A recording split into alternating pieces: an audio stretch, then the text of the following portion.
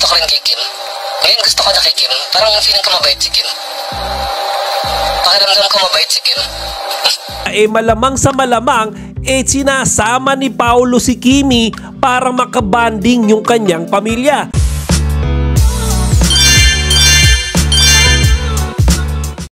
Magandang araw mga kachika! Rigel po ulit ang inyong Chika Patrol. Bago tayo magsimula mga kachika, inaanyayahan ko muna kayong mag-subscribe dito sa ating munting channel para palagi kayong updated sa mga latest at nagte-trending na mga showbiz balita.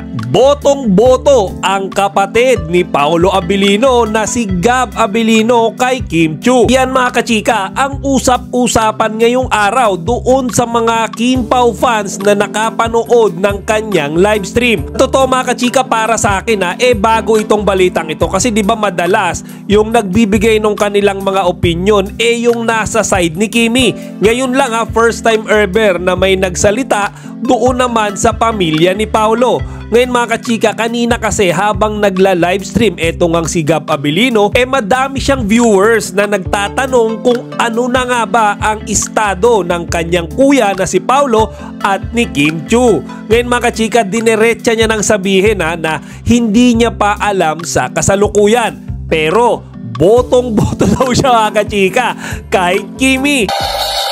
Walang si Kim at Paolo. Ay, pero wala, hindi ko rin alam kung kung sila ba or hindi ko rin alam. Patagor yung kuya ko, hindi ko alam Sana sila sana sila. Gusto ko rin kay Kim. Ngayon gusto ko na kay Kim. Parang feeling ko mabait si Kim. Pakiramdam ko mabait si Kim.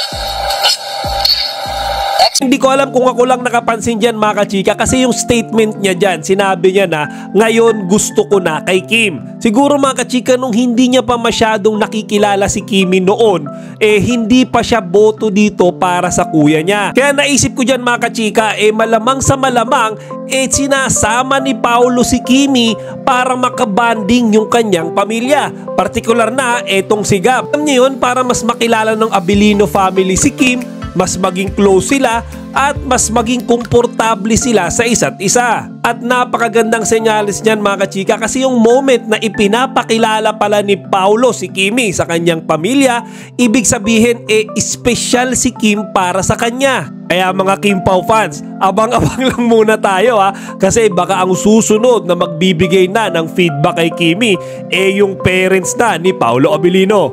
O siya mga kachika, hanggang dito na lang muna. Sana huwag nyo kalimutang ibahagi ang inyong mga opinyon dito sa comment section. Chika Patrol signing out!